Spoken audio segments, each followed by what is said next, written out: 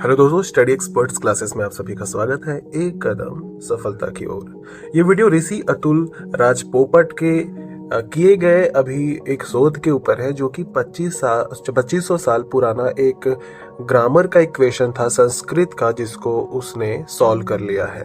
Cambridge के Saint Johns college में Asian and middle eastern studies faculty में PhD scholar ऋषि अतुल राज पोपट ने प्राचीन संस्कृत विद्वान पाणिनि द्वारा लिखे गए ग्रंथों से उत्पन्न व्याकरण संबंधी एक समस्या का समाधान खोज निकाला है। पाणिनि का पाठ था अष्टाध्यायी, जिसमें मूल शब्दों से नए शब्दों को प्राप्त करने का एक नियम बताया गया था। बनाने के नियमों का एक सेट शामिल था इसमें, जिसमें अक्सर नए शब्दों को बनाने के लिए परस्पर विरोधी नियम होते थे, जिस पर एक शोध किया गया था, जिसमें कई विद्वानों को भ्रम हो जाता था कि किस नियमों का प्रयोग कब करना है और कैसे करना है, क्योंकि सारा जो शोध था वो संस्कृत में था। एक पुस्तक के इस भाषाई एल्गोरिदम में इस तरह के संघर्षों को सुलझाना कई विद्वानों की रुचि का विषय था। नियम संघर्षों को हल करने के लिए स्वयं पाणिनि ने एक मेटा नियम लिखा था।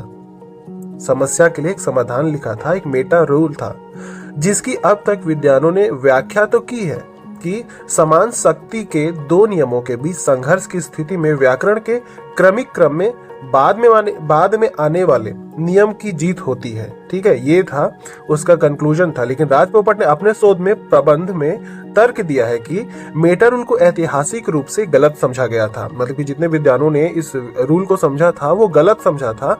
पाणिनि जी कुछ और ही कहना चाहते थे, जबकि पाणिनि जी ये कहना चाहते थे, उनका मतलब ये था ऋषि के अनुसार कि बाएं से अगर दाएं पक्षों पर कोई नियम लागू हो तो वो जो नियम है वो बाएं से दाएं की ओर लागू हो। वह चाहते थे कि पाठक नियम को चुने जो कि दाहिनी ओर लागू होता है।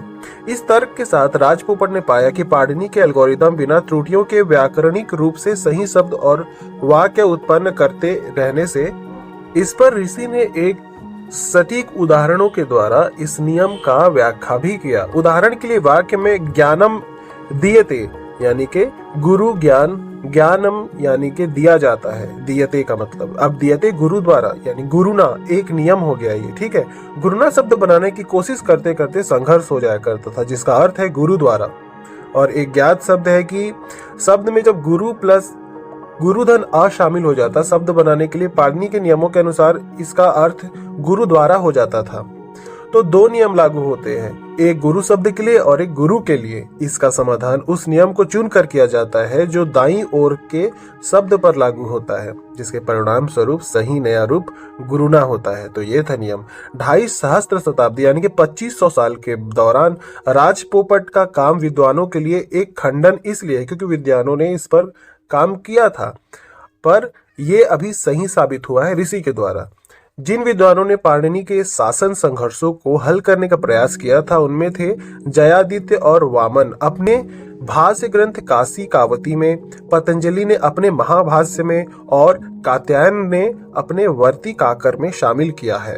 राज पोपट ने द प्रिंट को बताया कि पाणिनि द्वारा अपना ग्रंथ लिखे जाने के बाद कात्यायन ने इसका विस्तार किया, उसके बाद पतंजलि ने किया। कई महीनों के बाद मैंने अपनी थीसिस पर काम करना शुरू किया। मैंने पाया कि कात्यायन ने भी अपने काम के एक दूरस्थ कोने में एक ही तर्क का अनुमान लगाया था। हालांकि उन्होंने भी नियम संघर्ष के लिए वैकल्पिक व्याख्याओं का उपयोग करने का निर्णय लिया। संस्कृत परंपरा विद्वानों विहित पाठ की तुलना में पिछले विशेषज्ञ के काम पर अधिक निर्माण करते हैं। नियम को सटीकता से ऋषि ने प्रदर्शित किया और सारे व्याख्या थीसिस जो है रिटर्न में अवेलेबल है।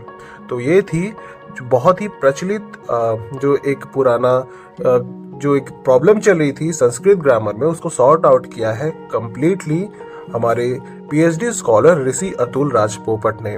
तो ऐसी ही अमेजिंग वीडियोस के लिए, ऐसी नॉलेजेबल वीडियोस के लिए हमारे चैनल को सब्सक्राइब जरूर करें। Thanks for watching, have a good day.